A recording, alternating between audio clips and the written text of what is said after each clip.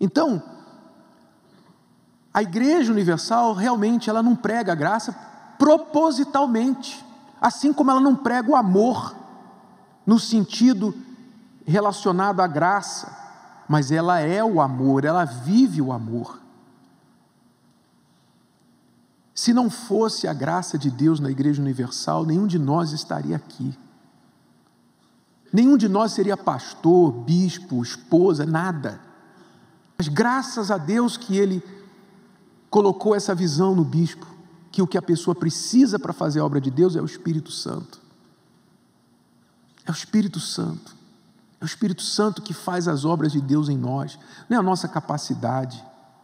Não é conhecimento teológico que faz a obra de Deus em nós, não. Se fosse conhecimento teológico, Jesus tinha escolhido 12 fariseus para serem discípulos e apóstolos. Ele teria escolhido 12 doutores da lei. Mas ele nunca falou para os discípulos, nunca falou para ninguém que eles tinham que estudar teologia para fazer a obra de Deus.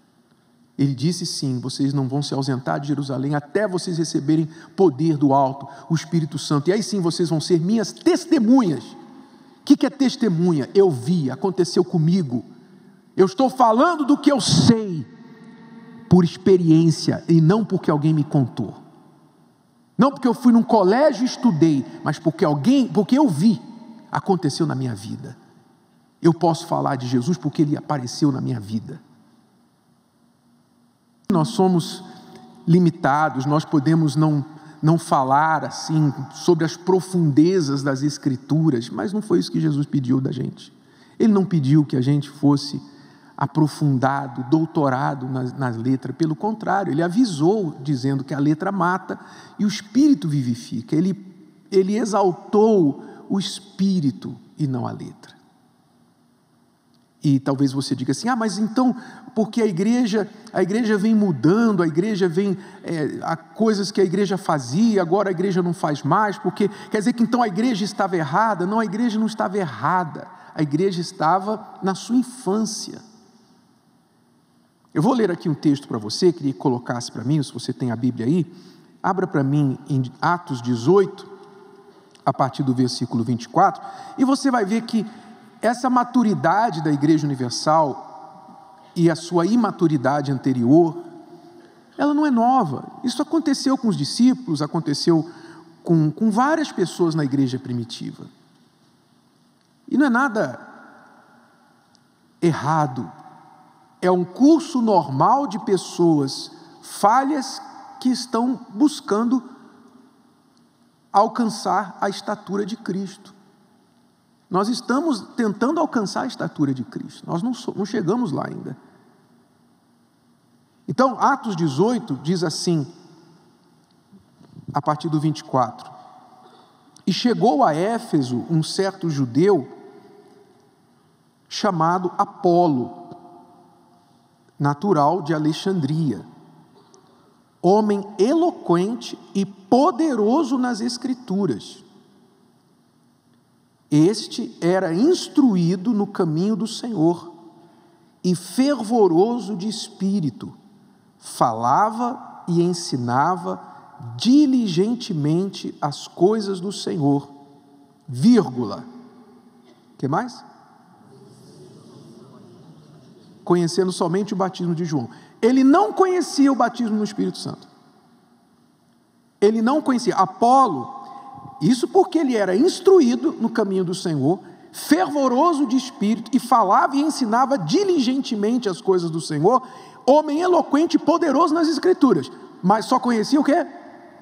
Batismo de João, fazendo a obra, pregando, mas não sabia do Espírito Santo, não sabia, não entendia, não tinha conhecimento do batismo no Espírito Santo. Por quê? Por que você acha?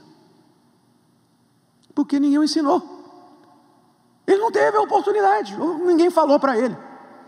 Ele não tinha esse conhecimento, mas isso impedia ele de fazer a obra? Não, ele estava fazendo a obra.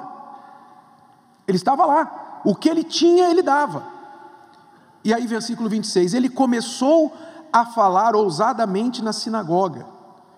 E quando o ouviram Priscila e Áquila, que já tinham estado com Paulo e já tinham sido melhor orientados, o levaram consigo e lhe declararam mais precisamente o caminho de Deus.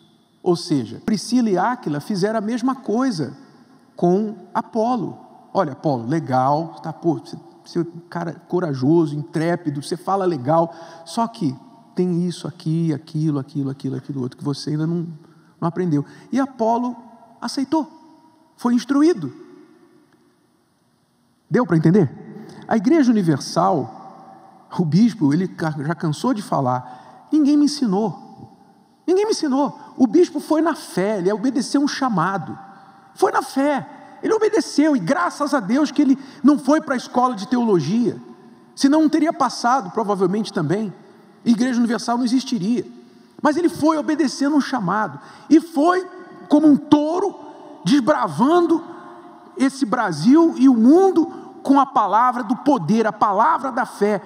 Esse foi o Evangelho que nos salvou, e graças a Deus por isso. E ao longo dos anos, com a maturidade, com a experiência, com o próprio Espírito Santo revelando, então Deus foi dando ao bispo novos entendimentos, revelações, não é assim, é assado, etc. E graças a Deus. E quem não tem maturidade, entendimento para compreender isso, meu amigo, desculpe, está faltando um pouquinho de tutano na tua cabeça, está faltando um pouquinho de tutano. Se você não entende que ninguém nasce grande, ninguém começa grande, então a igreja está e ainda vai amadurecer muito, ao passo que o Espírito Santo for moldando, for mostrando para ela. Agora, você dizer que a igreja está errada, a igreja que Deus usou para tirar você das mãos do diabo, ela serviu na hora que você estava na boca do leão, ela serviu para te tirar de lá. Quando você estava morto no pé da estrada, morrendo, raquítico, a Igreja Universal serviu para você, agora ela não serve. E cuidado com os outros evangelhos, que novamente eu digo que isso não é nada novo, pois Paulo também falou sobre isso. Abre para mim aí em Gálatas 1, a partir do versículo 6. Ele diz assim: maravilho-me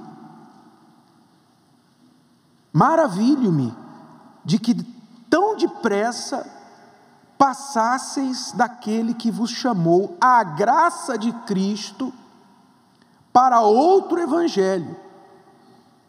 A graça de Cristo, que é essa graça que Jesus mostrou, não é a teologia da graça, mas a graça praticada, para outro evangelho, o qual não é outro, mas há alguns que vos inquietam e querem transtornar o evangelho de Cristo.